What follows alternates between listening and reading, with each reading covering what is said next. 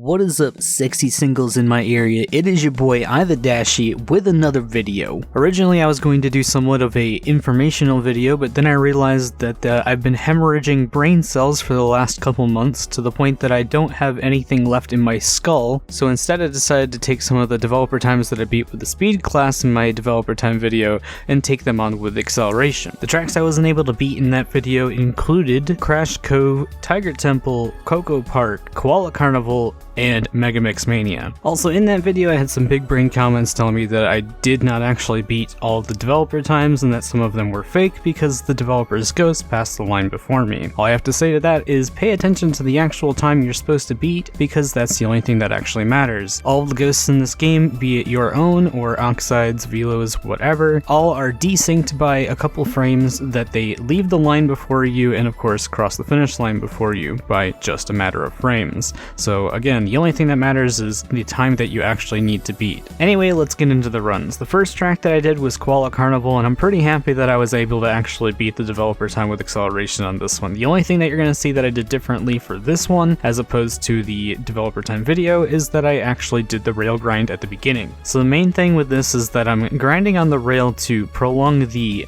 downhill speed that I get from the big drop, and also to make the hang time go a little bit longer as well to get a better fire level by the time that I land. Other than that, I didn't do anything special at all, I just grinded frames down by cutting corners closer and closer.